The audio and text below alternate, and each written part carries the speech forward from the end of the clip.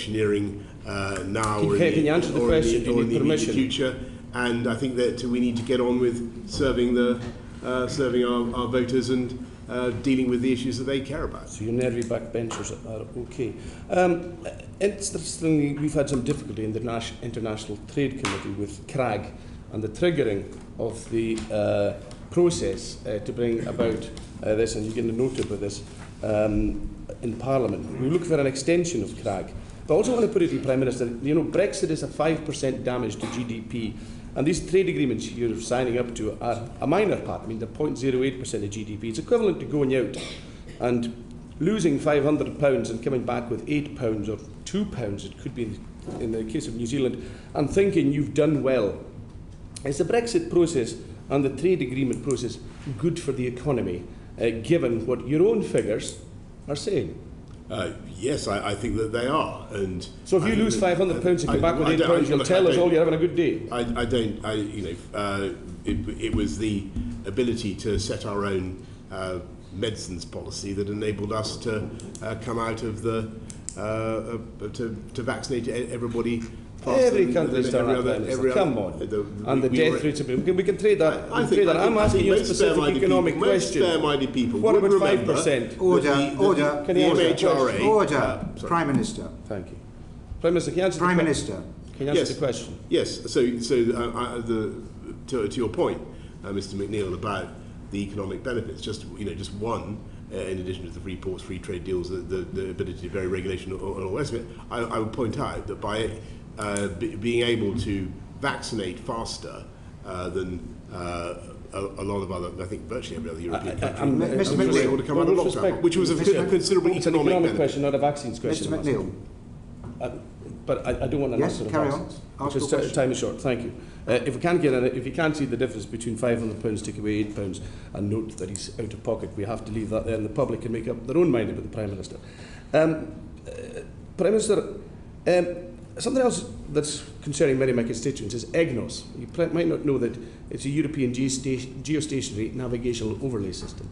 It's a 3D system for aircraft in the air. The UK is the only G20 country without such a facility. It's affecting the training of pilots as well. Will you get the UK back into EGNOS quickly, or have an equivalent 3G navigation system in the air in place soon? It's required. Well, thank you. That is a very interesting suggestion. I'll happily look at that. We do have a pioneering low Earth orbit system of satellites called OneWeb, as I'm sure you know. But yeah, it's of no use to aircraft at the moment. I don't know whether that's of any use. No. I'll look at EGNOS. Perhaps you'll write to us on that matter. Yeah, thank you. Prime Minister, you're a fan of imperial system. You want to have imperial measures. Well, I think people, if people want to have them, I don't think that. How easy is the system? I mean, how many ounces are in a pound? No, I'm not going to. I'm afraid I was brought up in the. So you don't know how many ounces are in a pound? The basics of the imperial system. I think there are 16 ounces. Mr. McNeill, we can't hear either of you what you're saying. 16 ounces to a pound. 16 ounces to a pound. I would tax you with pounds in a stone then. But I've got to make a confession. I was educated all over the place, and I can do metric as well. Put it that way. So the Prime Minister of the UK is more adept in the metric system. Excellent. I can tell you what I think of my weight in stone. How about that? Okay, thank you very much. And probably put your mind at rest. I mean, I've heard mention of Sweden, Finland, and Scotland. I have no questions to ask about independence of Scotland. It's not a matter for you, it's a matter for the people of Scotland. Yep. It will be decided in Scotland. And I think, Prime Minister, that's about all that we need to discuss at the moment. Thank you. Mr. Chair. Thank you, Mr. McNeill. Sir Robert Goodwill, DEFRA.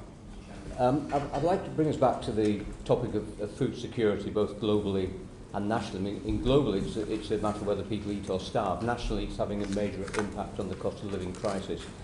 And I wonder if we are underestimating the ease at which we can actually bring wheat supplies and sunflower supplies out of Ukraine, given the change of gauge of the railway lines into Poland, given the way that loading equipment in Odessa could be damaged by missiles. Is it really only realistic possibility if there were a ceasefire, and as long as conflict's going on, is there really a possibility we can get those supplies out? Well, Sir Robert, what's actually I mean, what's happening is that the monthly consignments of grain out of Odessa are starting to go up. It should be about 5 million tonnes a month. I think that it's the most recent figures I saw for June, I think it was running about 2.75 million tonnes, so it's not nothing. You can get it out not just by the sea, as I was saying earlier on, but by land routes as well. I think the risk is, and I think what the Ukrainians are worried about, is that if they negotiate a deal with Putin to get him to open up the Black Sea, he will demand the lifting of sanctions in an unacceptable way. Coming close to home, the government published its food strategy a couple of weeks ago, which I think was widely welcomed.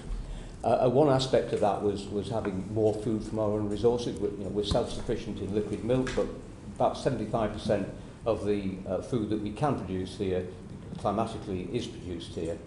Do you think, given the global situation, we should revisit things like rewilding, putting solar farms on arable land, or planting of trees, and we should concentrate on improving food production here at home? I share that enthusiasm, and the food strategy that we launched a few weeks ago certainly puts our own domestic production at the heart of what we're trying to do. We have, I think, 74% self-sufficiency, but there's a massive opportunity. It affects our balance of trade.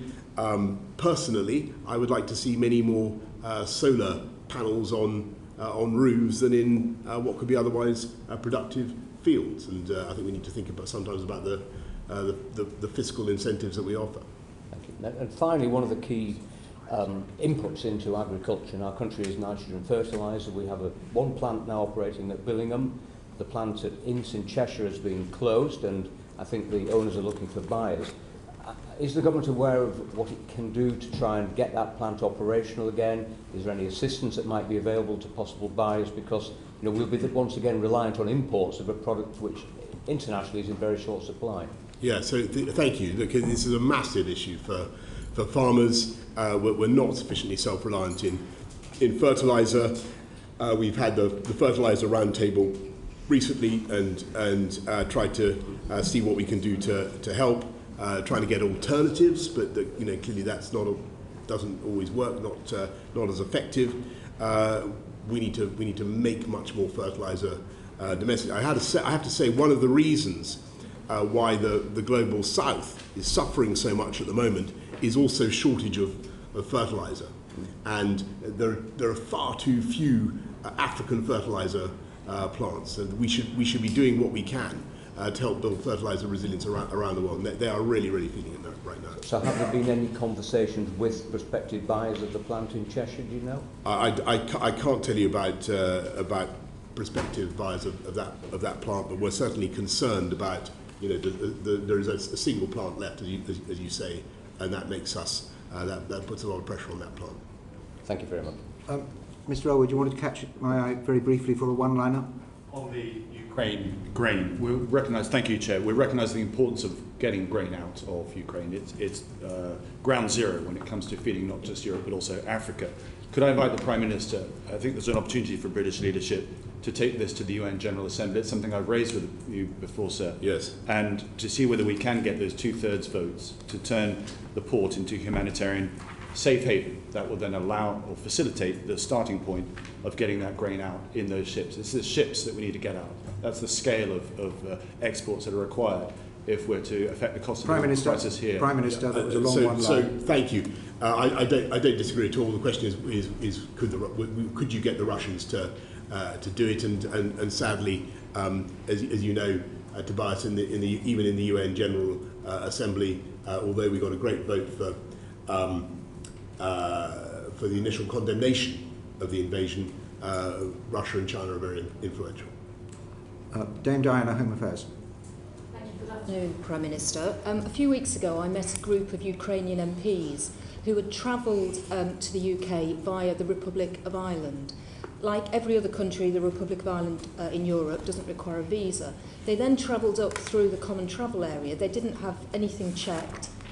And they were raising with me whether it was a sensible decision to allow such a bureaucratic visa system for Ukrainians fleeing Ukraine was a sensible use of resources and, as we know, has compromised the capacity of the Home Office. What do you say to that?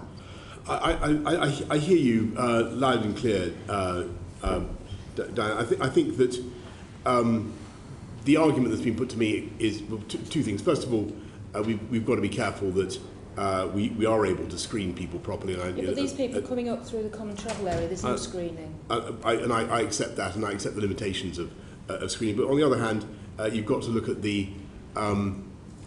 what we've done so far. 135,000 visas have been issued, and I think that the record is getting better and better. The UK is hosting a lot of Ukrainians, and I think we should be very proud of that. So perhaps I'll come on to the problems with the Home Office, which, as I've just alluded to, the capacity issues of the Home Office when they designed a whole new visa system. Why is it that British people are waiting so long to get their passports, when we all knew there was going to be a surge in passport applications after COVID, with people wanting to travel, have family holidays, get married abroad, all of those things? Why is it that we've ended up with people waiting so long and having to spend so much time and money to get a passport? Well, it is very frustrating, and I share everybody's frustration. I think the answer is that the demand has been very big because people are very keen to go on holiday. We've rushed people into the passport office. So why were you having to do that? We knew this was happening. The numbers are starting to improve. I think from memory, 91% get their passport within 4 to 6 weeks. Well, the standard that the Home Office is supposed to operate on is 3 weeks. It's now 10 weeks. When will it go back down to 3 weeks? Well, I don't know when it goes back down to 3 weeks, but what I have in my head is that 91% get their passport within 4 to 6 weeks. And I'd urge everybody who's thinking of going away, 4 to 6 weeks from now, and hasn't got a passport, to get a passport. Okay, so the bread and butter issues just aren't being looked at by the Home Office and dealt with in a very good way. Can I just ask you, why is it your government has now got a backlog of 89,000 asylum claims that they haven't decided? Why has that happened? Well, the UK has historically had very large numbers of asylum claims, and I seem to remember that there were many thousands of asylum claims left undecided when the last Labour government left office. No, Prime Minister, the asylum claims in this country have remained fairly steady in the last few years. So your Home Office has built up a backlog of nearly 90,000 claims they've not decided.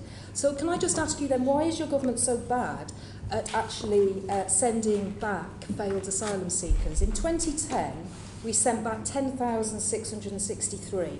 Last year, we sent back 806 failed asylum seekers. Why?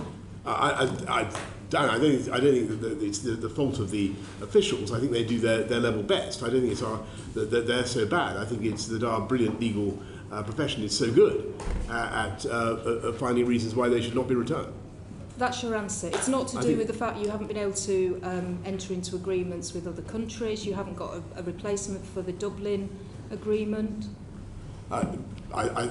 My impression is that, and certainly if you look at what happened with the Dublin Agreement, that broke down across the board, and returns agreements have been extremely hard to. Well, let's just put it this way: that you sent back 20 people who came across in small boats across the Channel last year, 20, and there were 28,000 that came. Can I just ask you, do you expect the cuts to civil servants that you're talking about, the 20, 30 or 40% cuts, will that help the Home Office get to grips with some of these problems or make it worse? I think that certainly what you need to, so when you talk about the asylum seekers crossing the Channel illegally and in very frail vessels. No, your cuts. The way to fix that is not just by having more civil servants. I think it is to have a proper deterrent for the people traffickers, and to reduce the numbers of people who are being made to risk their lives. Okay, just my final question, if I may. Could you just confirm, and I just appreciate a yes or a no, that you met with the former KGB officer Alexandra Lebedev when you were Foreign Secretary without officials on the 28th of April 2018? Well, I'd have to check, but Are you having a lapse of memory again? No, but that's but you know, if you're asking me a very specific question about a very specific date, and I'd have to get back. I certainly have met the gentleman in question, who used to be the proprietor of the London Evening Standard, when I was Mayor of London. So I certainly am not going to deny having met Alexander Lebedev. I certainly have. As far as I remember, he used to own the London Evening Standard. Yes, but with officials, when you were Foreign Secretary, did you meet with officials or without officials? Look, I certainly met him without officials. Right. And you know, as I say, he's a Perhaps you could write to us with proprietor of a Perhaps you could write to us with a specific very answer. very happy to specific answer to that very specific question. Yes. Meg Hillier. Yes, can I just follow that up? Prime Minister, I mean, you said you met her without officials. Was that presumably was when you were Mayor of London? When you were Foreign Secretary, did you meet Alexander Lebedev? I think I probably did, but probably did. As I said, I would need to check. You used to regularly meeting him. I mean, was it probably because you meet him often, or probably because you can't remember? I've met him on a very few occasions. As Foreign Secretary. On the occasion you're mentioning, if that was when I was Foreign Secretary, then yes. Without officials. Yes, I mean that makes sense. Did you report to your officials that you had met him? I think I did mention it. Yes. And where did you meet him? You know, I met him in Italy, as it happens, but I really, you know, I forget. Anyway. Well, perhaps you'll write to us. Personal engagement, was it? Yeah. It was. That's Personal exactly engagement right. in Italy? We'll move on. Caroline Noakes, Equalities Committee. Prime Minister, you've referred to the Homes for Ukraine and the Ukrainian Family schemes. Can you give us any indication of what proportion of the visas issued have been to women? I can't, Caroline. I'm sorry. I'll have to write to you. Okay, so we're not collecting official statistics on that, but the indicative ones suggest that it's 82% are women, many of whom have children with them. What safeguarding concerns do you have about Ukrainian women being here in the UK? So one of the reasons why the scheme, you know, people initially complained that the scheme was slow, but we wanted to make sure that people, when they arrived, got were in a safe environment. And so, as far as I know, the work is done to ensure that they're with families or with people who will look after them properly. Do you feel comfortable that the accommodation is checked in many instances after people have arrived? To the best of my knowledge, they have everybody that I've met or who's been involved in the scheme says it's working very well. So you do feel comfortable if accommodation is checked after people have arrived? I can't tell you, Caroline, exactly what checks are done on the accommodation after people have arrived, but I know that safeguarding is done to make sure that they have a good experience while they're here. Do we know how many are no longer with their original sponsors? I can't give you that, I don't know. There's certainly indications that there could be as many as 660 Ukrainian households already who are owed a duty under the homelessness prevention. Do you have any concerns about where they're going to end up? I don't know that that it's right that that there are that many Ukrainians who are homeless in the UK. I think that where there are arrivals who have had a problem with their sponsors, with the household, the councils have a duty to provide a roof for them, and that is supported by a grant of £10,500 per person. So we're not currently aware of any Ukrainian sleeping rough, for instance. Okay, the statistics show that there are 660 Ukrainian households owed a prevention or relief duty for homelessness. Are you, you said earlier today, I think to Clive Betts, that people would be able to switch between the Ukrainian family scheme and the Homes for Ukraine scheme. When do you think that will be possible? So we're trying to speed things up. I can't tell you when we're going to be able to make those two schemes allow people to move fluidly from one to the next, but clearly there's a logic in that. And if people should be able to switch between the family scheme and the Homes for Ukraine scheme, should they also be able to switch sponsor within the Homes for Ukraine scheme and have the £350 a month funding follow them? Interesting idea. We'll have a look at it. I'm not going to extemporize a solution. If a lone woman has fled a sponsor's home because of safeguarding concerns, do you think the funding should follow her? Well, I can see the logic of that, yes. But I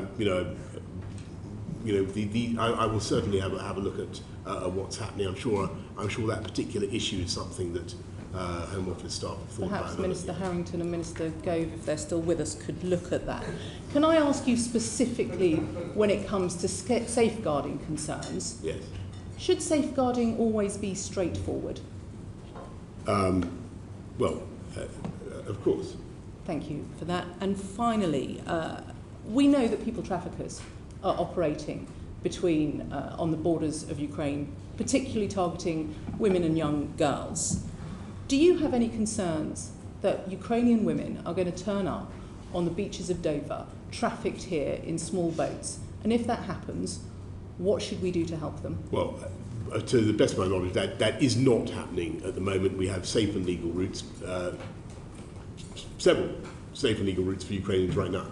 Earlier this week, a group of female Ukrainian MPs were at the OSCE meeting, specifically expressing concerns about people trafficking. Mm-hmm. What are you doing with other European governments to make sure that that does not happen?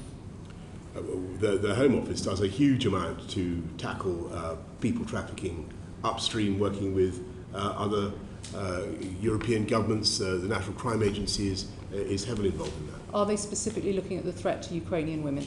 I know that one of the things that when the exodus began, one of the things that we were particularly doing is making sure that we had staff at particularly in Poland, who were looking after the interests of people who are leaving and who might be wanting to come to this country.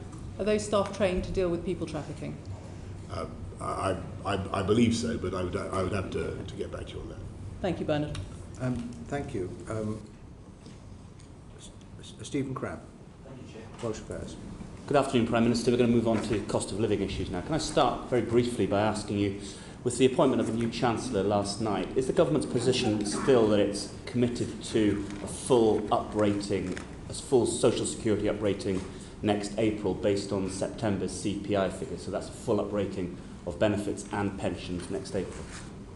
I'm aware of no change in our policy. Has the new Chancellor indicated any desire or intention to look at reopen any of the decisions we've made in response to the cost of living crisis, or indeed are there any areas that you would want him to reopen? I think that what the new Chancellor is going to want to do is continue with the package of support that we've set out, and don't forget that there's £1,200 for the 8 million most vulnerable households going into people's bank accounts this month, £400 to help out everybody with the costs of energy, cuts to council tax, and I know that the new Chancellor is certainly committed to all of that. So as far as you're concerned, Prime Minister, the basic template for our response to the cost of living crisis, indeed our wider tax and spend strategy, remains locked for now under the new Chancellor. Well, you're pushing a bit too hard. I think that that would be, that's not quite the conclusion that I want you to draw. I certainly think that the new Chancellor will want to think about what we can do to do even more to help people, whether on the fiscal front or whatever. The Minister for Brexit Opportunities recently appeared to be quite dismissive of OBR forecasts, and I think even appeared to question the usefulness of the OBR altogether. Do you, Prime Minister, have confidence in OBR forecasts?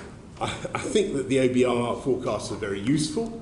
I don't think that they should necessarily, but my experience is they don't always turn out to be correct. But that doesn't mean that they're without value. When have they turned out to be correct? Well, it's about an answer, I think, a rhetorical question. So when the OBR when the OBR in March, Prime Minister, predicted that the UK is going to see the fastest drop in living standards since the 1950s, is that an OBR forecast that you accept? I think that we've got to be realistic, that there is going to be a lot of economic pain, and we've got to be frank with people about that, and that is certainly the case. What we will do, so what we're doing is trying to help the lowest income households as much as possible, and actually they may get fully compensated, but there will certainly be, or virtually fully, but there will certainly be a lot of pressure for a while. That pressure will then abate. We will get inflation under control. That is the big problem right now, but I'm very confident that it will have abated by next year. And is the latest economic advice that you're receiving, Prime Minister, that OBR forecast about the drop in living standards is indeed correct, or are you receiving advice, any evidence to point to a softer landing, or indeed things getting even worse next week? No, I want to repeat things. An inflation spike like this takes a long time to work through, and we've just got to be realistic about that. And there is going to be pressure on people's incomes, and there's going to be pressure on people's budgets, and it really is. We cannot ignore that. We will try to help people with massive or very substantial contributions to their paper to support them. And I've mentioned some of the sums that make up the £37 billion of support. But we also have to fix the underlying causes of inflation. I mean, Prime Minister, you said a few moments ago, and I think you're absolutely correct, it's going to be very, very painful. And indeed, if the OBR forecast about living standards is anything like correct, it's going to be absolutely brutal for many families out there in the country. In the months. I didn't say that, Stephen. That's my language. Yeah. Your language was painful, very painful. Do you accept, Prime Minister, forgive me for asking this, that at a time of such economic crisis for the country, for many families up and down the country, that what the country needs is a government with the very best team, the very best focus, absolutely squarely focused on tackling these issues? And when you see, Prime Minister, people like John Glenn leading government, people like Kemi Badenoch, people like Neil O'Brien, one of the intellectual architects of levelling up, do you not feel, Prime Minister, that the very ability, capacity of this government to address these enormous overhanging issues is deteriorating as we speak? Well, when I came into Parliament, I think there were about 140 Conservative MPs. I can't remember exactly what the number was. There are now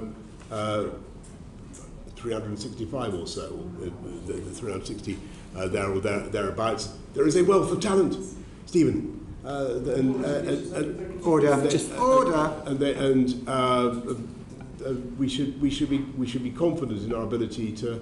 And as for your point about the government focusing, the government is certainly focusing on the issues that matter. And today we're cutting taxes for everybody by £330 for 30 million people. Just this day, I've talked about the £1,200. We've just got 500,000 people off welfare into work. Run out of time. Very quick. Very quickly, Prime Minister, you're being very kind about us on the back benches, but actually I think you're going to find it extremely hard to appoint people of the same calibre, of the kind of ministers I've mentioned to you. I think you can find it extremely difficult. Well, you don't need to reply to that point. I think the point's been made. You're catching my eye. You were a little bit under time. Yes? Yeah, thank you. I mean, Prime Minister, just following on from that, you've had more resignations since any Prime Minister since 1932. Michael Gove has told you to go. The charade's up, the game's up, really. Will you be Prime Minister tomorrow? Of course, Mr. McNeil. But next week? I'm here to, rather than giving any running commentary on my own career, I'm here to talk about what the government is doing. And that is, so that's what I was telling Stephen. And we're doing a lot. More and more. Hugh Merriman, Transport. Thank you, Sir Bernard. In the 6 minutes I have, Prime Minister, I want to talk to you about transport policy delivery, if you're focused. I want to talk about rail, air, and also road. Starting with rail, do you have all of the policy and legal interventions and levers that you need to end this rail strike? Thanks very much, Hugh. I think that I call on the union barons and the railway companies to sort this out. I think that they should be able to do it, and I think that yes, we probably do need a few more tools to. Specifically, what well, I think that you could have minimum service levels, you could have ballot thresholds, and as you know, we're bringing in. I think we've already brought in the provision for agency workers where that's necessary. Now, that's not going to fix problems like train drivers. You're not going to get agency workers to drive a train, but the argument I would make is that you need to modernise. So let me just again focus on the levers, because I think under the Conservative manifesto there was a line that said only the Conservatives can get Brexit done, a few more things, and stop passengers being held hostage by the unions. But in fact, and that was with the introduction of that policy of minimum service levels. Yet that hasn't been introduced, it has and not, people are being held hostage, which might be your view. So why did you not bring, with an 80-seat majority, that legislation through before the strike started? That is a very good question. And the answer is? And the answer is we should have done it. And the trouble was we had a lot of COVID stuff to deal with, and I'm afraid it got pushed to the right. And I thought you might say that, but there have been other things we've been able to do, notwithstanding COVID. Okay, let me move on to airports. So massive disruption in the airports, people having their holidays cancelled at the last minute. Why wasn't more done to stop airlines putting more flights in place than that we knew their staff could, that they had the bandwidth of staff to deal with? Well, the airlines should not be abusing passengers in the way that they have been, and I think that there should be greater protection. But I think But again, this is all there should be. My question is why hasn't there been? Because basically we were trying to get any airlines flying at all. I mean, Diana has asked a very good question about passports. Where we're putting huge numbers of people to try and speed up the delivery of passports. We had a situation in which no airlines were moving at all. We had to put 8 billion, as you remember, Hugh, into supporting the airline industry. Indeed. But Gatwick, for example, has controlled the number of flights that will be able to fly out during July and August, because they can see the airlines are trying to fly at 2018 levels. So they could see the number of staff coming on. So they've taken action. Other airports haven't necessarily. The regulator, the Civil Aviation Authority, doesn't have the power up front to implement these types of policies. Shouldn't it have that power? I'm willing to be persuaded that it should. Because when we put a report on that basis, the recommendation was rejected by government on the basis that there wouldn't be a proposal to give the regulator upfront powers to take action, including to help with compensation. Well. Hugh, but perhaps we can push them a bit more on that if you're behind it. I'm going to have to look into what more powers we might need to take to get the airlines to behave responsibly towards their passengers. But I think the experience of the public has been pretty wretched at the moment, and for all sorts of reasons, and they need to do much, much better. Okay, and turning to another area of policy which perhaps needs to change. At the moment, 4% of the Exchequer's revenues come from motoring taxes. Those will plummet to zero when we all drive electric vehicles. Are you serious about getting a new form of road pricing policy in place to fill that hole? If not, how will it be filled? I think road pricing is something that we will eventually have to consider. I'm not attracted to it. I seem to remember. I successfully campaigned to remove the western extension of the congestion. No, I'm not talking about road charging in that way. I'm talking about, as we do at the moment, we charge people for the mile they drive, because that's what fuel duty does. So you'll have to replace that. Oh, I see what you mean. So like for electric vehicles as well, so that you charge a mileage. Yeah, something along those lines. it is certainly the case that we will need a substitute for fuel duty. And this, Sir Bernard, comes back to my point about policy delivery, because This is imminent. We're introducing electric cars. Sir Bernard, can I say this, if you don't mind? So for 3 months, Prime Minister, number 10 has had a recommendation just to look at this, because something has to fill the 4%, Okay. have a working body to look at it. The Treasury signed off on it, and for 3 months it's been sat in number 10. 1 week I'm told somebody's signed off on it, and next week someone else has looked at it and actually has stopped it. And it's stuck. And my question is, the inertia inside number 10, perhaps because of the events that we'll go on to talk about, is that Nonsense. actually, we say it's nonsense, but actually it's a nonsense that we've been waiting 3 months just for someone to sign off on something which fills 4% of the exchequer. That is the nonsense. Well, do you not agree something should be done? Or if you can't do it, do you think that perhaps someone else could come in and run it properly? Yeah, well, so this number 10 actually was the first government in Europe to set a timetable for moving away from hydrocarbon, from internal combustion engine cars by 2030. Yeah, I know exactly, and that's why Prime Minister, you should follow through on the consequences of it. We've been moving at blistering speed. We will certainly look at we're looking at all fiscal proposals to replace fuel duty, and I'm happy to come back. You're not. You're actually currently sitting on all proposals. I cannot believe that the Treasury is showing the slightest hesitation or reluctance to find a new way of. No, that's my point. The Treasury taxing signed off on it. Number 10 then insisted on looking at it and has been sat on it for 3 months. I think Andrew Griffiths is currently the one that's now said, no, I don't like this. And we are therefore stuck, having thought we'd cleared all the hurdles. I will take it up with Prime Minister, I'll just add, Thank you, I was Shadow Transport Secretary in 2000, and road charging was seen as the future then. Successive governments have dodged it, but why is your government dodging it when you're already abandoning the revenue stream from hydrocarbons? So Bernard, why do you think we necessarily are? We've got to find a way of filling the gap left by You've actually got a target for eliminating fossil fueled cars, but you haven't got any plan in place to replace the revenue. Well, I think it highly unlikely that the Treasury will let any opportunity go to find to raise revenue from motoring to substitute. I think we've made our what we point. want to do is we want, for the purposes of the environment, to encourage the take-up of low-carbon vehicles, and that's why the fiscal strategy is framed as it currently is. So that's what we're doing for the time being. My apologies to Darren Jones-Bayes. I should have brought you in earlier. Thank you, Sir Bernard. Prime Minister, how's your week going? Terrific. Like many others.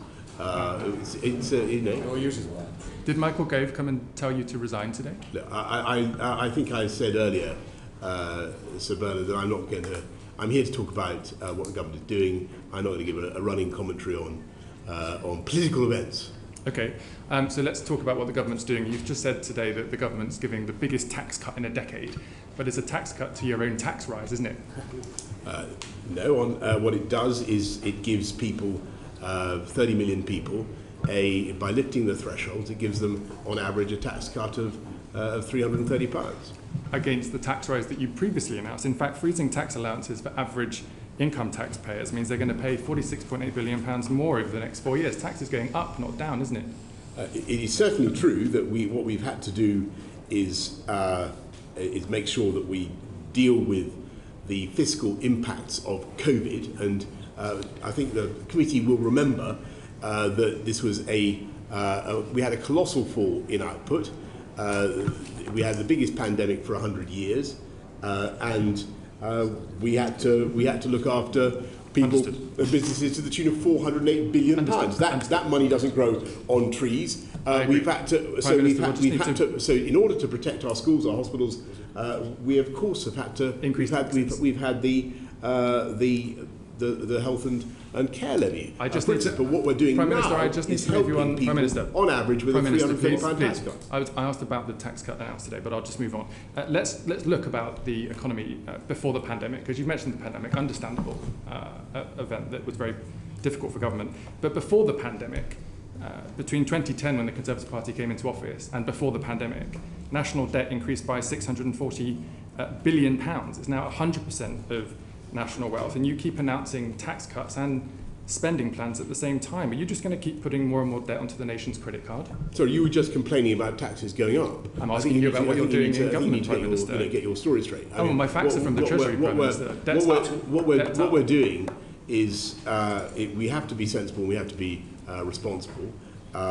We're making sure that we manage the public finances in a prudent way, but I think that there will be scope for further tax cuts in due time. Maybe imminently, perhaps. Can I just move on? Prime Minister, can I just move on to economic growth? You said yesterday you welcomed your new Chancellor, Nadeem Zahawi, yes, because he would grow the economy in a way that presumably Rishi Sunak couldn't. But we're more likely to end up in a recession. I don't think I said that, but anyway, go on. We're more likely to end up in a recession this winter, aren't we? Look, I think that as I was saying to Stephen, I think that the economy is that people are going to be under a lot of pressure, but I think we'll get through it. Do you think there'll be a recession in the winter? I think that there will be a lot of pressure caused by the price spike.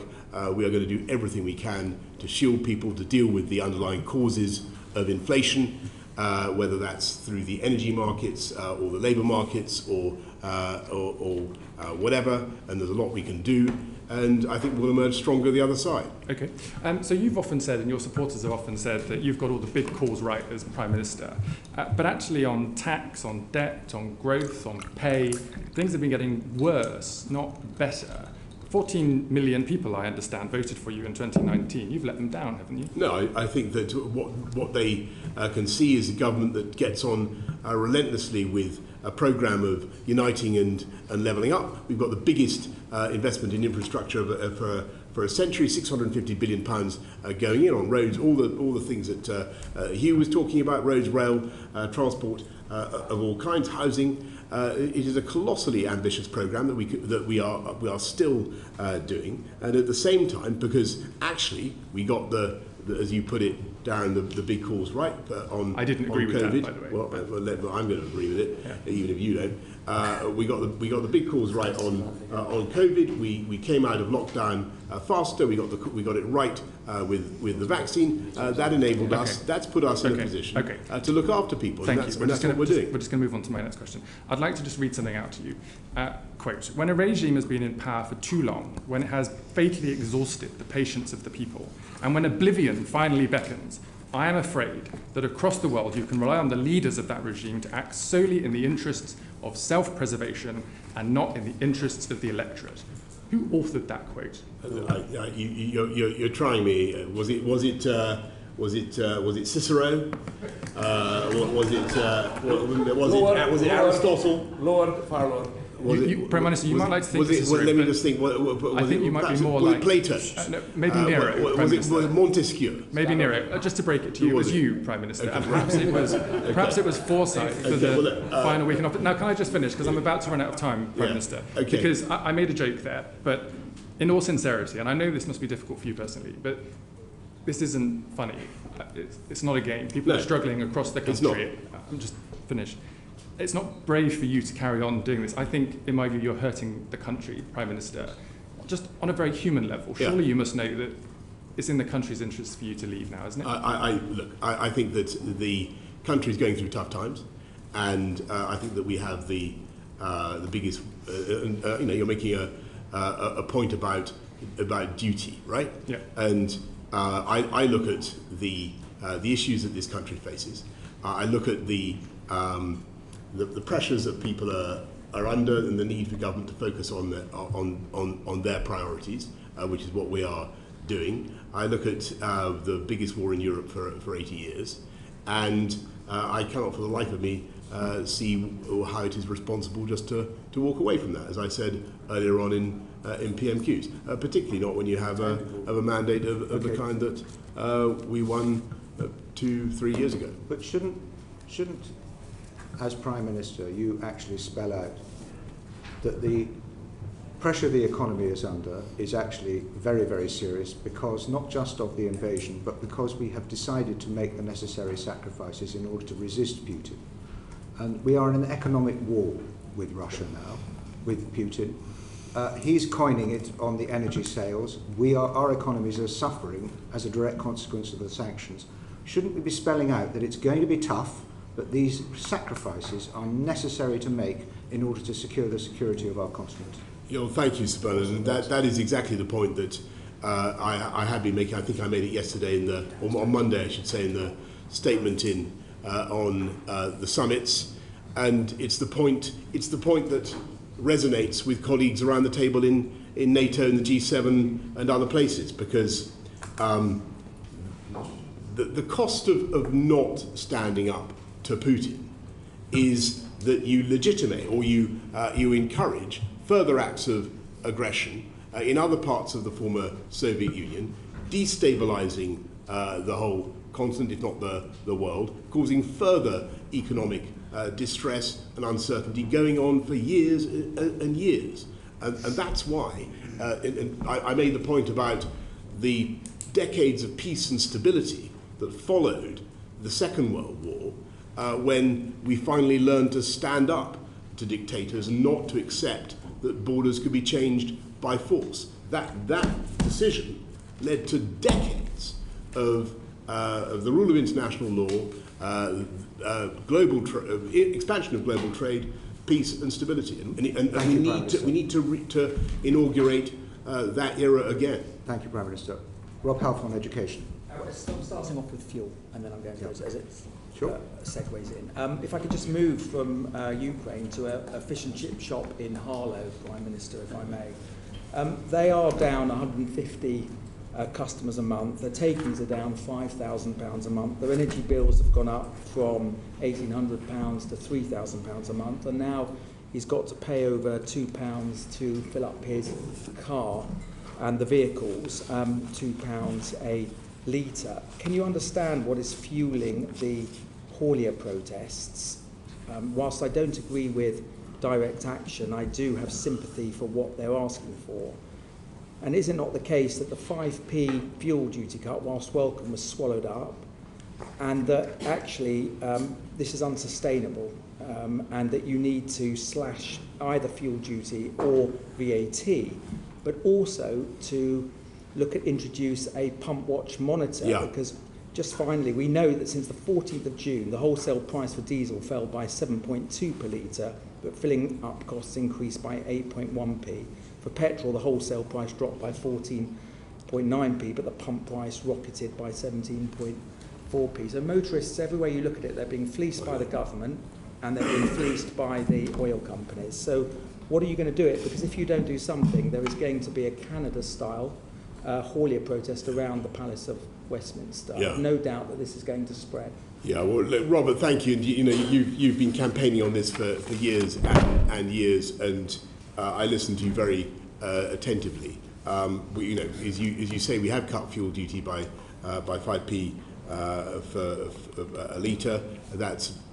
It's only about 100 quid a year. I appreciate that that's not much for people, and it's being swallowed up by what's happening on the forecourts. So we are doing Grant is, I believe, doing a pump watch scheme to ensure that cuts that we are putting in do get passed on. But clearly, the pressure is there, and I hear you loud and clear. I think before Angus leaves, one of the benefits of Brexit is you can cut VAT on fuel. So I should have pointed that out. But do you recognise you need to slash it? You need to literally cut it by a significant amount, because this is unsustainable. It's hurting our frontline services, it's hitting our bus services, hitting transportation, and it's hurting our businesses as well. I hear you loud and clear. So we have a new Chancellor. We will see where we get to on that. But I hear you loud and clear. Okay. If I can move to education, I was distressed about the closure of schools, and I thought it was a huge mistake that they were closed for most pupils during COVID. During COVID, I thought it was a huge mistake, something acknowledged by the previous Education Secretary, now Chancellor. We now know that there are 124,000 so-called ghost children who've not yet returned to school. Persistent absence has gone up from 1.6 million to 1.7 million. What is the government doing to get these kids back into back into school? And will you look at rolling out a programme of 2,000 school attendance mentors, not necessarily new employees, but school employees, existing local authorities employees and charity employees, to work with the families to get these children back into school? And you could use existing money from the Supporting Families Fund, the £80 million from the Supporting Families Fund, in order to do so. So, first of all, I agree with your overall premise that it was awful that schools had to close. We didn't want to do it. We tried to keep it for as short a period as possible. We're trying to get kids back into school as much as we can. One of the things we're spending about £5 billion on school on catch up, but one of the things that I think is important, and I believe in very strongly, is trying to give kids 1-on-1 or 1-on-2, 1-on-3 the opportunity of tuition, which they might not otherwise have. But those are the children in school, so we need to get. I'm talking about the ones who are not in school. 1.7 million persistent absence, 100,000 children who've disappeared off 124,000 children who've disappeared off the school rolls, the so-called ghost children.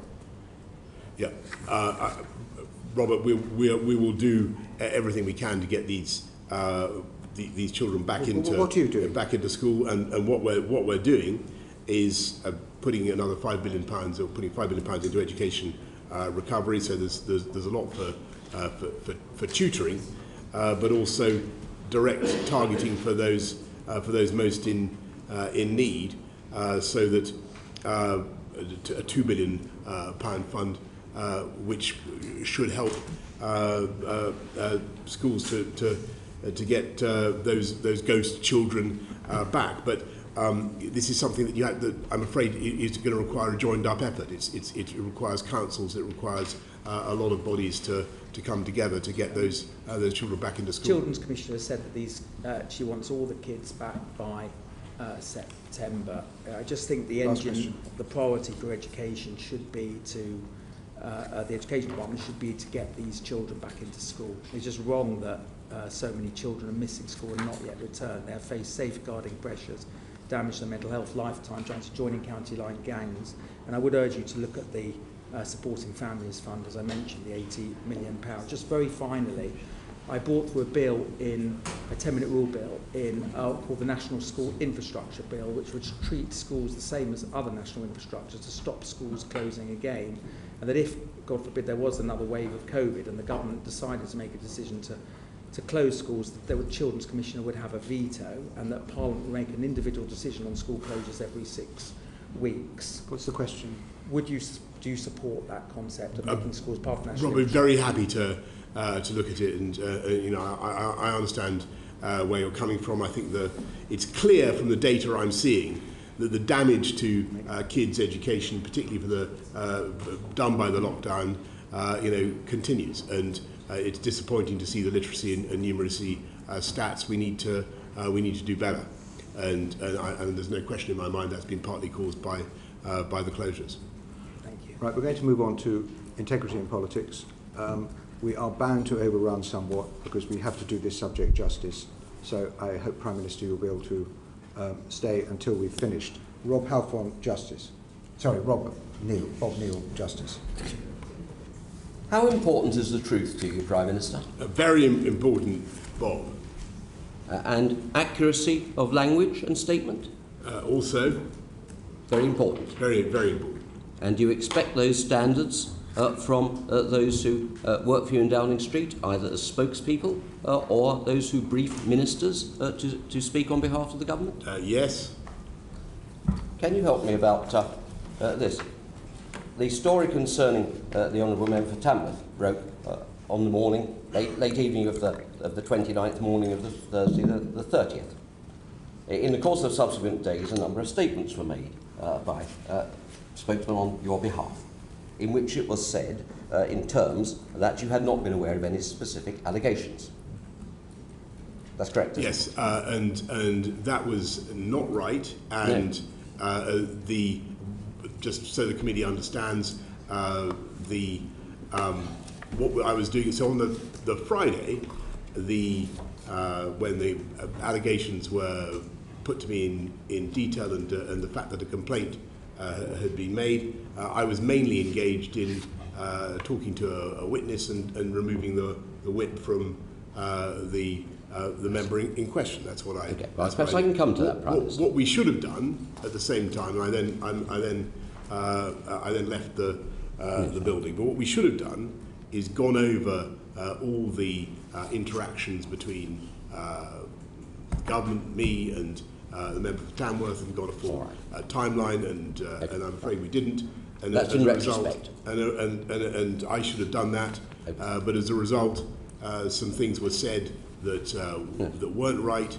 As soon as I was aware of the discrepancy, we took steps. Can you just tell me about this? Okay. Well, what we do know is that on the 5th of July, Lord MacDonald of Salford, who was the permanent secretary, Under Secretary at the Foreign Office, said this, that the line that had been put out was not accurate, which you now accept, said this, in a letter to the Parliamentary Commission for Standards.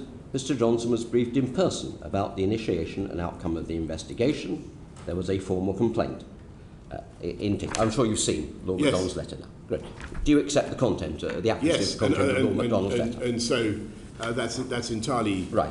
Correct. So if I could just you accept what Lord MacDonald says as being I wouldn't want to say that I accept absolutely everything he says, because but what I can certainly tell you is that I don't have it before me. What I can certainly tell you is that there was a complaint and you were told the member for Tamworth in 2019. Yes, late 2019. And that complaint was upheld. Yes. The matter was resolved within the Foreign Office. It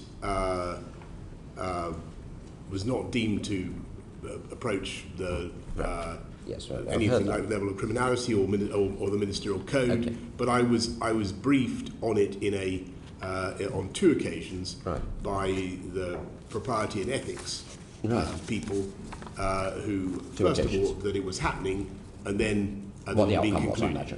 And on both occasions, what I had was an extremely short oral account, of which there was on Friday there was no record of that in number 10. It didn't stick in your mind then? There's no written record of that. Forgive me.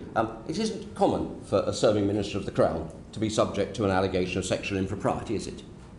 I don't want to go into the details of the allegations, because I think there are human resources issues there. But I'm not certain that's a fair characterisation of what happened. At all events, it was a serious matter, and this was someone who had worked closely on your leadership team only a few months before, so you'd be aware it was sensitive. That's fair, a fair yes. Okay. It was also to be fair, almost 2.5 years ago. Well, yes. But it's not the sort of thing you forget, is it, Prime Minister? Well, as I say, now that when it was drawn to my attention a couple of days later that there was a discrepancy between what we were saying abroad, as it were, and what Number 10 was saying, and the fact that this briefing had taken place, I took steps to clear it up as soon as I could. The suggestion you couldn't recall that was said on your behalf, is that a serious explanation? You couldn't recall this unusual incident of someone who was a close political ally? No. What we failed to do on the first day was to go over all the possible interactions between me and the member in question, all the possible decisions that I might have taken. As it happened, the issue, the report about the complaint was not raised to me as a point for any kind of decision. It was simply something that was mentioned to me in the margin of other meetings as a point of, as I recall, as a point of information about what had happened, because it was the Foreign Office that dealt with it. But Prime Minister, when you were considering appointing him into the government most recently, how true is it that actually you wanted him to be Chief Whip? Not to my recollection, Sir Bernard. I don't think so. I think the suggestion was that he was going to be Deputy Chief Whip. I think that's what happened. And what happened to all the messages pouring into Downing Street about the risk of appointing this person? Well, because there were plenty of them. Well, I don't know how many there were, but there was certainly. But why couldn't? I mean, there's a cultural problem here. Why couldn't the system hear that there was concern about this appointment? I don't think that's entirely fair. Well, then why did you refer it if you're to talking about ethics and to the ethics and proprietary director in the Cabinet Office? Why was that necessary if there wasn't a concern? Okay, well, every ministerial appointment automatically goes to the propriety and ethics team. So they look at every one. William Ragg. Good afternoon, Prime Minister. Good afternoon. I appreciate that today is a day of events, and though this meeting has not quite resembled a Moscow show trial, because I think certainly they were livelier, it must be nonetheless quite difficult, and I do pay tribute to you for turning up today. I wouldn't dream of being anywhere else. Having said that, delighted to be here. Having said that, at which point does it become impossible for the Queen's government to be continued? I really think that William, you're underestimating the talent, energy, and sheer ambition of members of Parliament, and they want to get things done. They want to get things done for their constituents, and the government of the country is being carried on with ever-increasing energy. Well, they seem to want to get one thing done at the moment in time. I agree with you on that. But I think the issue that we have is that you've had, at least my initial calculation at the start of the meeting was 27 ministers and aides resigning. There have been more in the meantime. Do you think there are swelling ranks of those young thrusters on the back benches who could replace them? I think it highly likely, yes. Ambition, could that not be considered delusion at times? Yeah, that's a sort of a moral judgment about human nature that I wouldn't venture to comment on. I think that we're all deluded in our ambitions, but I think most people who come to this place actually, in spite of what everybody says about MPs, are actuated by the highest motives. And most people want to serve their constituents and get stuff done, and that is the reality. Entirely so. So, in terms of that assessment of individuals, which qualities in the former Deputy Chief Whip appealed to you most? I think it was. So let me just, big picture. No, as I've said before, I think. Let me be clear that with the benefit of hindsight, I can see that appointment, as I said in the House, and I think I said on TV as well. I think that appointment was a mistake. Well, I want to know about the qualities of ministers. And if are government appointments based upon ability? So it was put to me that like everyone we appoint, the member had excellent administrative skills. Administrative skills. Was he behind what's colloquially known as Operation Save Big Dog? Look, to the best of my memory, he was in addition to serving as Deputy Chief Whip under the previous Prime Minister, he did a stint at the Foreign Office and then a stint at the Department of Communities and Local Government when he had a role in housing, and the accounts I had were positive. Casting our minds back to January and February, it was a tricky time. And certainly some people in the shadow whipping operation used their charm in order to persuade. And I think it's fair to say others used aspects of what we might describe as being offensive to work that wonder for you. So why was Mr. Pincher the first to be invited into Downing Street on the day of the reshuffle when the most senior job available was that of Chief Whip? Ordinarily, it would be awarded to the person first. Okay, I got it. That's going back to Bernard's point. I think that's a red herring. Did any colleagues come to you on that day and express concerns about that appointment or potential appointment? Not to me, but concerns. What happened was that concerns were expressed actually after I had made the appointment. Why was he in there for 4 hours though before the appointment was made? For that reason, I made the appointment. And then when it got on with making other appointments, but there was a problem that needed to be resolved. What was that problem? I think that I probably ought to, given that this member is No, they're investigating him, Prime Minister. They're not investigating you. Yeah, so but I don't want to offer any more commentary that might or might not be. I'm sorry, I'm asking you might or might not be correct about it. Well, come on. It's quite a He's direct asking a straightforward question, Prime Minister. About your judgment and how you approach appointing ministers. Yes. So let me be clear. I made the appointment. There was then I then got on with making other appointments. There was then a delay while the matter was cleared up in announcing the appointment. I was told that it had been cleared up, and we got on with it. What needed to be cleared up? It was a matter concerning another colleague that I really don't want to. It would not be right for me to go into it. No, it wouldn't be right, because what happened to that colleague wasn't right at all, was it? Well, I wasn't informed of that at the time, but having been subsequently informed about it, I can see that it's another reason not to have done, not to have had that minister, if it was true, not to have had that minister in post. But on the other hand, if it was true, do you believe that colleague who came to you or made overtures to number 10, or do you believe Mr. Pincher? Look, I think that these things have to be examined. I'm not going to make a comment about that. I think what happened was that my team interviewed both people and resolved the matter, and that's why we proceeded as we did. Are you familiar with the Lassalle's principles? I knew you were going to ask this, and I'm sorry, Mr. Ragg. Before you move on, I know this is about Tommy. Indeed, you watched the crowd. Yes. Yeah. Go on, remind me. So, if you were to go to Her Majesty and request, as it is a request, not to advise, but request a dissolution of Parliament, could you give me 2 conditions under which Her Majesty would be justified in declining your request?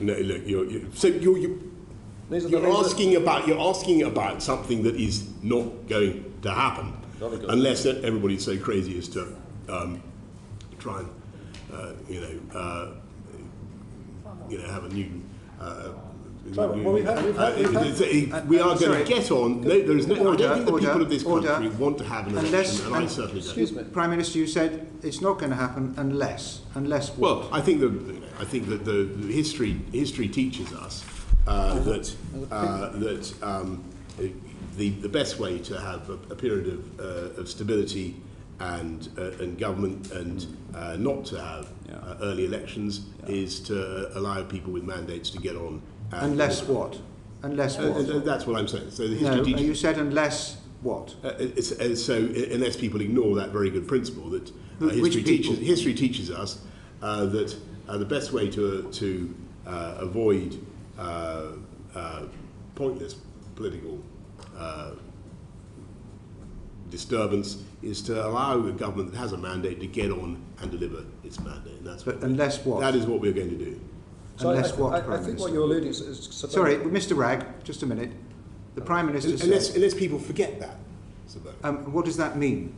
That means that on the whole, I think that it's a good thing if governments which have a substantial mandate from the electorate and are doing an enormous amount of stuff, and when that country is facing a lot of pressure, particularly economic pressure, when there are serious international issues at stake, I think on the whole it is sensible not to get bogged down in discussion about electoral politics, but to allow the government of the country to continue. Can I just remind you that when the Prime Minister Major seemed to be threatening a general election because he was having trouble with the Maastricht Bill, it did his no reputation any good at all. Well, exactly the point I made. There would never have been a general election. Can I thank you for that excellent historical lesson?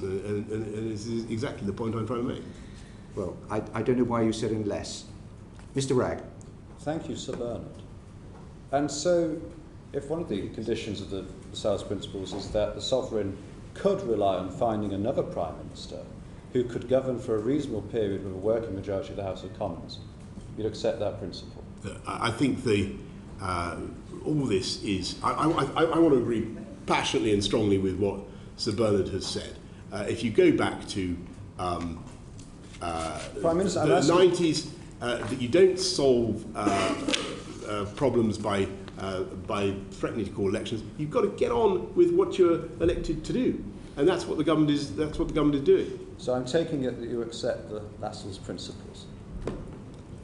They sound insofar as they're designed to prevent pointless wildcat elections. They sound sensible to me. Thank you, Sir Bernard.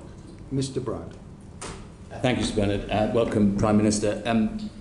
Have you been told of any other allegations similar to the conduct of Mr. Pincher about any other ministers in your time as Prime Minister? I'm going to have to tell you, Chris, that it is all too possible that people have said things to me about any number of people, including possibly people around this horseshoe. No, have you ever had?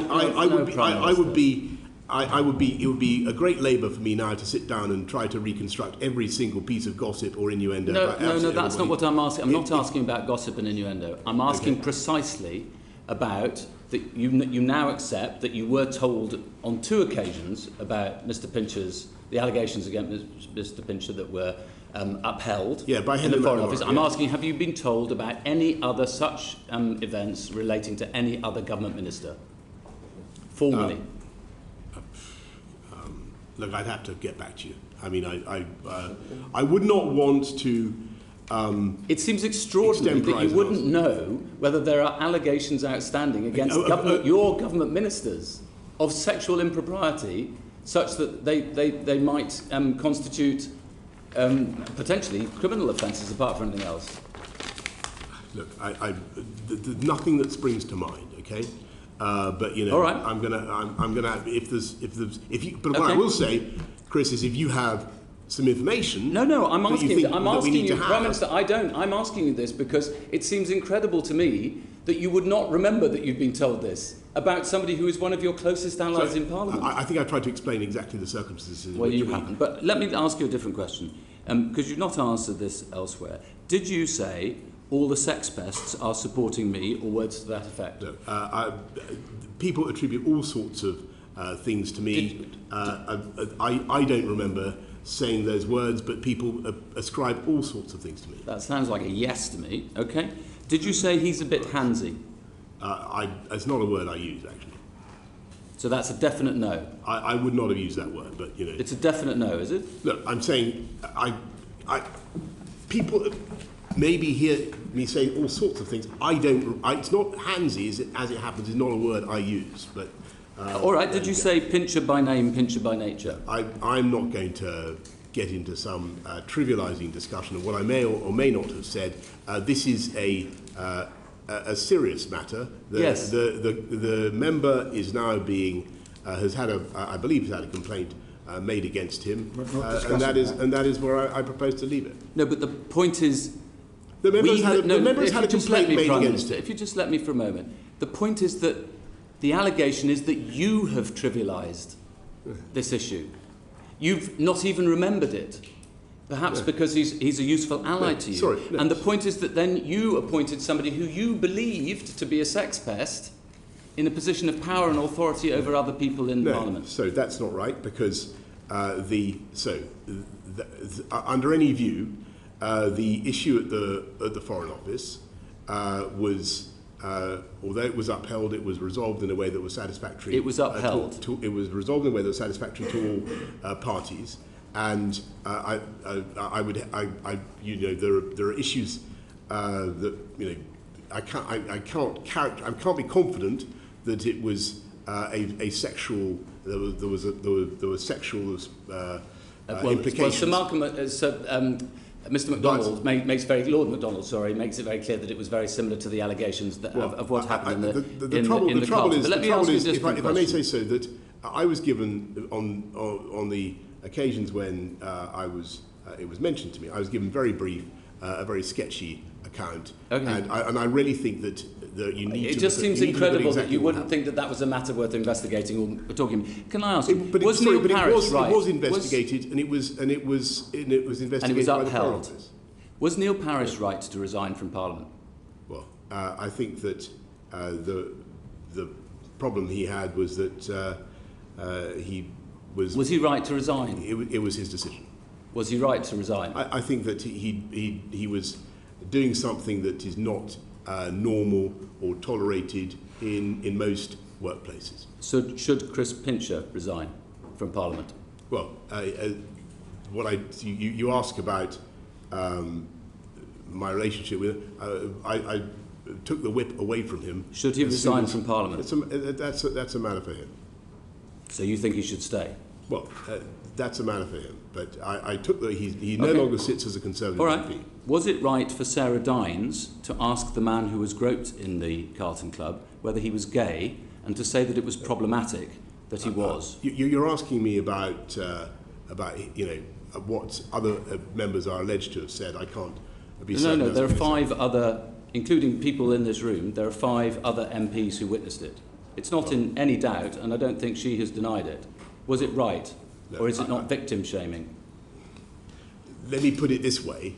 I think that what happened was extremely serious, and as soon as I knew that a complaint had been made, and I talked to a witness, and I removed the whip. Have you talked to Sarah Dines about it? I haven't talked to her about that, but I removed the whip immediately. Do you not understand why this is problematic? Because it means that being gay, for some reason or other, makes you sort of asking for it. Chris, look, I see why you're putting it like that.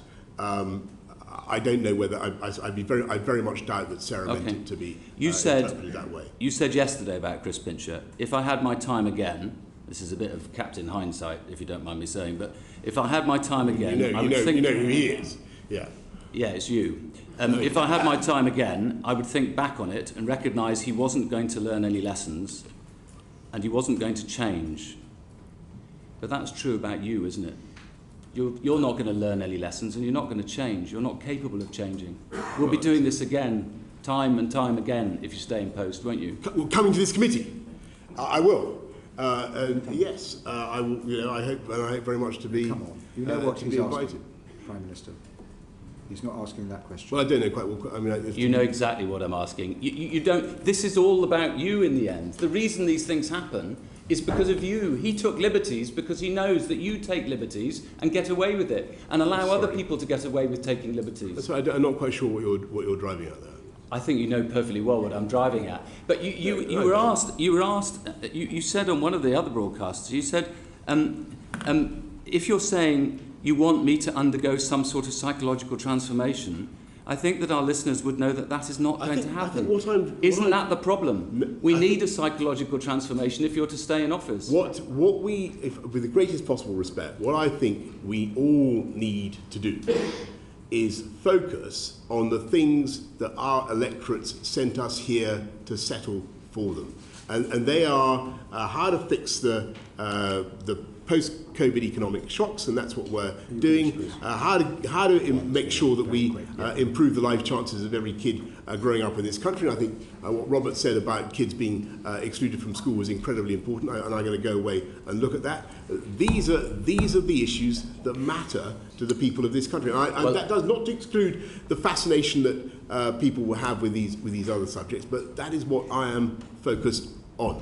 No, they also focus on honesty and decency and propriety and standards in public life, and they hate it when people, when they get caught out, just want to turn over the table and abolish all the rules. But let me ask you one very specific final question, which is just about the ministerial code, because it enshrines the existence of the independent advisor on the ministerial interest in the ministerial code. You haven't got one at the moment. I hope you're going to appoint one very soon, and you can tell us who that's going to be. But you authorised an investigation into Mark Spencer's alleged Islamophobia, which I gather Lord Geit had very nearly completed. When will that be completed and when will it be published? That's a very good question. I think that Lord Geit did give me a brief update on it. I had the impression that it was nearing conclusion. I'll have to get back to you. And is there going to be a replacement? Yes, there will be. As soon as we can find one. I think the difficulty... You haven't got enough ministers to appoint yet, let alone You've lost 32 now. I'm sure there will be no shortage of candidates. If I could just explain a bit about the replacement for Lord Geit. I do think there is an issue, and I think that we need to think about it collectively, which is what happens when we appoint these people. I think that they can become very exposed and very vulnerable to abuse, to political pressure, to campaigns, and I'm just giving you my view. They're much more public than they used to be. So Christopher, I think, did an outstanding job, but he was facing a lot of public pressure. He resigned because he thought you'd lied to him. That's not what he said. He said that he resigned over the question of whether steel tariffs should be imposed. He didn't resign over steel tariffs. You know perfectly well that's not the truth. I'm sure you've seen his letter. That's what I he have, says. yes. That's what he says. And I think the issue there was whether imposing or retaining steel tariffs in the UK he resigned. Breach of WTO. I'm sorry, Prime Minister. He resigned, as he says in his letter, because he knew that he wanted to initiate an investigation into your breaching of the ministerial code, but he couldn't do so without resigning, and that put him in an impossible position. That's expressly what his letter says. Sorry, well then you must have seen another letter, because that's not what. No, I read it and you didn't.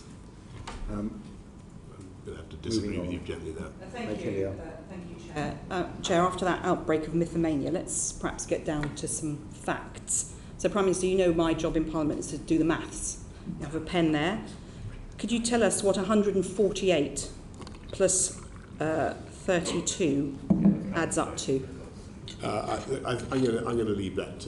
I think what you're inviting me to do. No, I'm asking you a simple question, Prime Minister. Right, okay. And earlier I asked you how many MPs you have.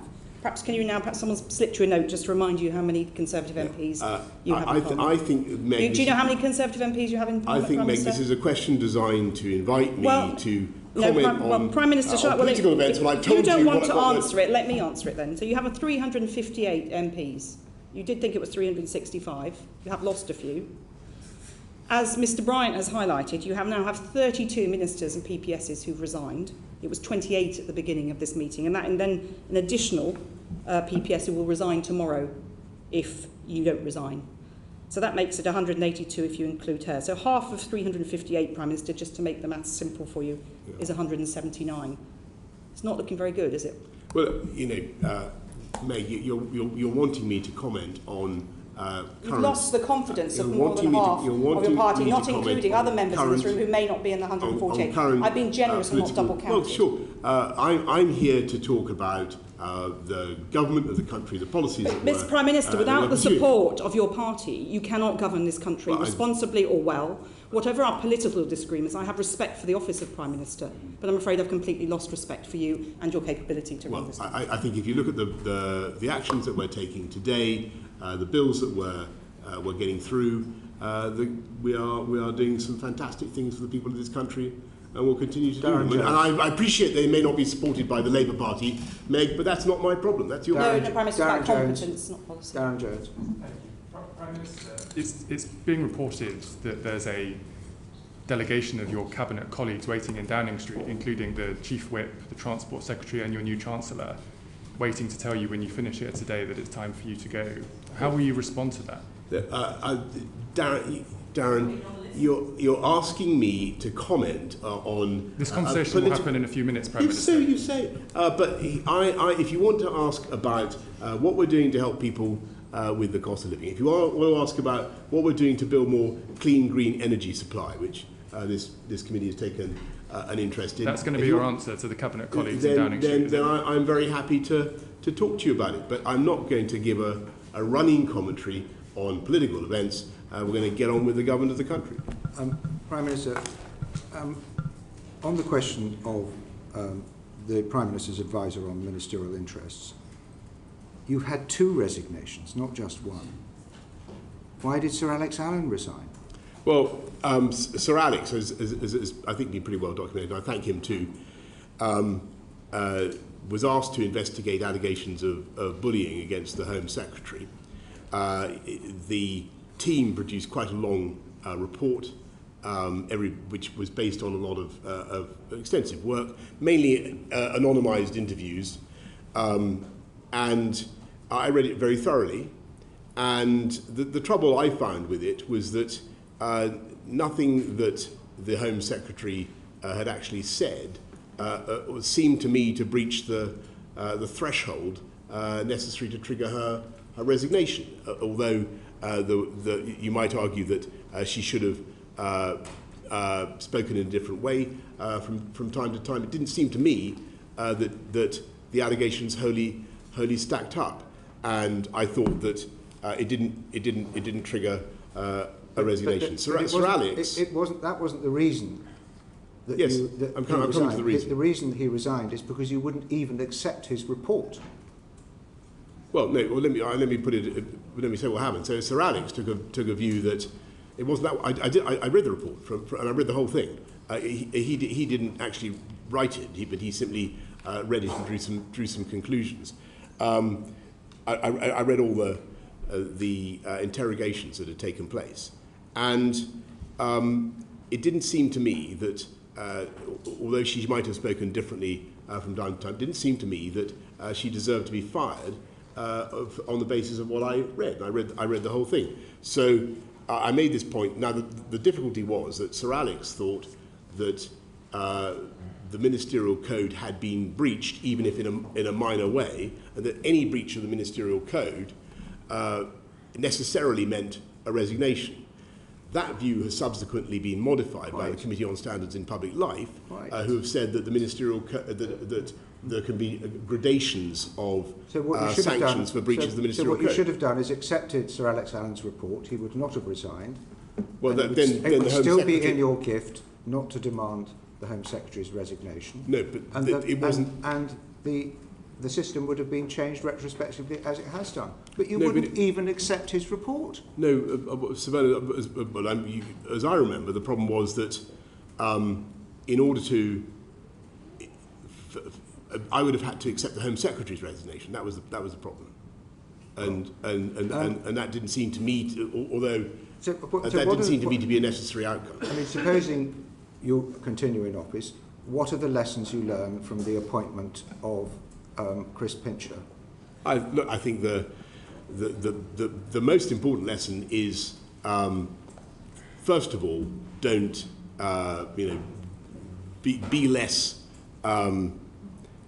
optimistic about people's ability to learn and perhaps take a bit more interest in it, because it's extraordinary how many things. And then secondly, and Prime Minister, perhaps you should just take a bit more interest. Secondly, when something like this happens, make sure that we do a full timetable of exactly what happened and when it happened, so that when people go out to brief, they've got all the facts at their fingertips. But it's not a comms failure, this, Prime Minister. It's a proprietary and ethics failure. Isn't the real lesson that if we promote people with the wrong behaviour and attitudes in this place, it will give permission for people to behave in that way, which is why we've got a culture problem in this place. I think I'd have to put. I think that you're onto. I think what you're saying is very important. I've given this a lot of thought, and I do think there is a problem with alcohol, and I've always resisted this conclusion in the past, but it sort of feels to me that some people simply can't take their drink, and we need to think about how we work that in Parliament. Now, this particular event took place in didn't take place in Parliament. But there is also an issue about standards of behaviour, so I additionally accept that I should have been more stringent in my approach, and as I've said earlier, I regret that. But don't we also need to learn? I take it that Chris Pincher is a friend of yours, and that would be perfectly respectable, that we've let him down because we didn't give him the help he needed. I think that's a very fair point. What system is there in this place to support people in that position? What do you have in place as a leader of a political party to help people who have behavioural drink problems? Well, I think that we all have a duty as colleagues to to look after each other and to try to help people. And that's actually one of the functions of the whip's office. Well, I mean, unfortunately, whips have other duties, and they rather conflict with their duty of care. And there needs to be something else to support people who need help, who don't feel that they're giving ammunition to the people who control their careers. So that doesn't work, does it? We've now got another whip appointed to do the duty of care work. I mean, that's not going to work, is it? Bernard, what are you proposing? I'm not going to make policy on the hoof here, but what you've got in place as leader of your party is not working. Would you accept that? No, I think there are issues about standards of behaviour, and I think I reluctantly come to the conclusion that there is an issue with alcohol. Well, I mean, you're the last person in the room to accept that there's a problem. Why do you think integrity in public life has become such an issue under your premiership? Well, I think actually the reality is that I think that people are very, very keen to try to get me off the subjects I want to talk about, and to try to focus on me. So it's all about you. No, I don't want to talk about it. I want to talk. I've been trying very hard. Don't you see these failures have made it about you? Throughout this session, to talk about the things that I care about. Now, how much consideration are you giving to the prospect of your resignation? I'm happy to tell you that I'm getting on with the job that I was elected to do, and that is what I'm going to do. So all these problems are basically somebody else's fault? No, I think that I think it was who is one of these people who's left. Who is responsible? Who should we hold accountable? I am responsible, but I'm also responsible, Bernard, for delivering a huge manifesto commitments that we made in 2019, many of which are now coming through. Hugh asked about what are we doing to make sure that we're taxing electric vehicles properly. There is a colossal body of work that we're engaged on right now. We are uniting and levelling up across the country. We have the biggest programme of infrastructure investment that we've had for 100 years. And I'm going to get on with delivering on the programme that we set out and on the priorities of the people of this country. Important. And I know that there will be plenty of people who, for whatever motive, want to try to throw me off course by turning it into a story about something entirely different. And I think that it would be a fine thing if we focused on the arguments between us that are about policy and about the agenda and what we actually love doing, which is working hard for our constituents and trying to make their lives better. Let's talk. I mean, we've had some interesting exchanges about how to control inflation or motor vehicles. Those are the things that people are interested in, and that's what I'm focused on. Caroline Noakes. Bullying and sexual harassment are about a culture of power. Have you just sat there and told us that alcohol is an excuse? Not at all. Not at all. Not at all. Is it throwing us off the story by trying to talk about alcohol instead of talking about the culture that has underpinned those behaviours? Not at all. Not at all. I observe that some people seem to get very drunk, but that in no way minimises the underlying pattern of behaviour. Well, that's what you've just done. I don't think. Prime Minister, I vehemently disagree with that. I hope that you will reflect that in the end we're all dispensable. Bernard, that is certainly true. The programmes and the policies of your government and all flesh is grass. The welfare of the British people and the security of the nation are indispensable.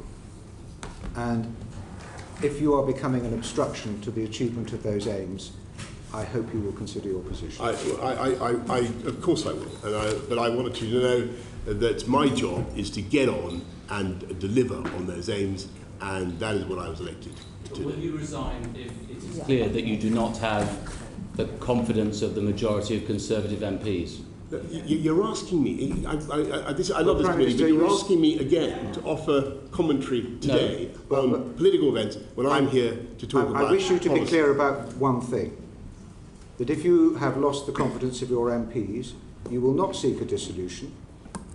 You will stand aside and allow a leadership election to take place so the Prime Minister may send for an alternative leader. That's the proper procedure, isn't it? What I'm going to do is get on with... No, I need you to answer this question. Where you're quite right, and where I passionately agree I need you to answer this question, Prime Minister. And with you, is that I see absolutely no need Prime Minister, I'm going to ask you once more. An election. If you have lost the confidence of your MPs and you're required to step down as leader of the Conservative Party, you will not seek to dissolve Parliament. Well, I think the last thing this country needs... Because this House... But I'm not going to step down, and the last thing this country needs, frankly, is election. Because this House... On the contrary, I think the risk is that people continue to focus on this type of thing, and I think that is a mistake. What we need to do is get on with stable... How would it help the crisis in Ukraine and the cost of living crisis if we were plunged into a general election that nobody wants? But this is your fancy. Well, then, I think then rule it out. Rule it out. Of course I rule it out. You've ruled it out. The earliest date that I can see for a general election is 2 years from now, or 2024, I think is the most likely date for the next election. We have a huge amount to deliver. We're going to get on and do it. And you'll resign if a vote of confidence in the Conservative Party I think we're done. is carried. Look, Otherwise, you're staying. You're asking me to comment on politics. I think it's important that we get on and deliver on our agenda, and that is what I was elected to do. Well, I think it's the understanding of this committee you envisage a general election in 23 or 24, not before. Well, you said 23. And if you've lost the confidence of your own MPs and you cease to be leader of the Conservative Party, you will not plunge this country into an unwanted general election. I've been very clear with you. I see no reason whatever for a general election now. On the contrary, what we need is stable government, loving each other as Conservatives, getting on with our priorities. That is what we need to do. Sabana, okay? I love all my colleagues in the House of Commons. Fantastic. Order. Thank you. Thank you. Ended.